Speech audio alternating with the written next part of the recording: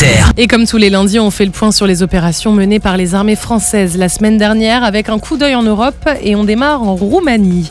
Les forces françaises et leurs alliés poursuivent leur montée en puissance au niveau de la division avant le lancement de l'exercice majeur Dacian Fall 25.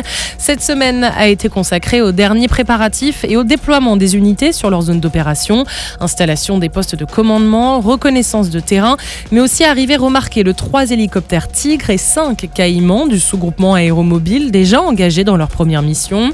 Sur le terrain, le sous-groupement blindé a conduit à l'exercice Eagle Steel, axé sur le tir de tout calibre, dont des obus. Et puis parallèlement, l'exercice Eagle Warrior s'est déroulé sur le camp de Toprésar. Une section d'infanterie du bataillon multinational de l'OTAN y a renforcé ses capacités en observation, communication et en combat de tranchées, avec un important volet de coordination tactique. Dans les airs à l'ouest du pays, les pilotes français ont mené des vols de reconnaissance conjoints avec l'aviation roumaine.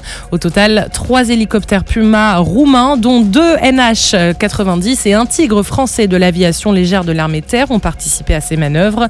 Madame Catherine Vautrin, ministre des Armées des Anciens Combattants, s'est rendue en Roumanie. Outre les entretiens avec son homologue roumain, elle a rendu visite auprès des forces françaises représentant 3000 hommes sur les 5000 déployés sur l'exercice Dacian Fall 2025.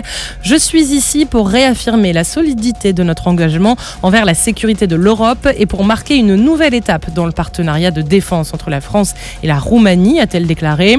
Les deux ministres ont convenu de renforcer le partenariat de défense entre les deux pays, notamment sur le plan capacitaire. Le ministre Mosteanu, quant à lui, a réaffirmé l'importance de ce partenariat et a souligné le rôle essentiel de la France en tant que nation cadre du détachement de l'OTAN en Roumanie.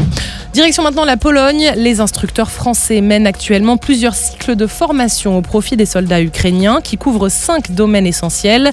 Instruction au combat, formation de moniteurs de tir, combat en zone urbaine, reconnaissance, ainsi que la formation d'instructeurs spécialisés. Et puis on termine cap sur l'Atlantique Nord où une frégate multimission de la Marine nationale poursuit sa patrouille dans le cadre de la mission Narval 25-14. Après une escale à Reykjavik, l'équipage a pu coopérer avec ses alliés britanniques et américains. Ce déploiement permet à la frégate de s'entraîner dans tous les domaines d'action navale tout en contribuant à la protection de la liberté de navigation dans cette zone stratégique. Il assure aussi à la France une capacité de réaction et d'évaluation autonome de la situation dans cette zone d'intérêt. Sur Terre, sur mer, comme dans les airs. Skyrock PLM, en équipe avec Uneo, la mutuelle des forces armées.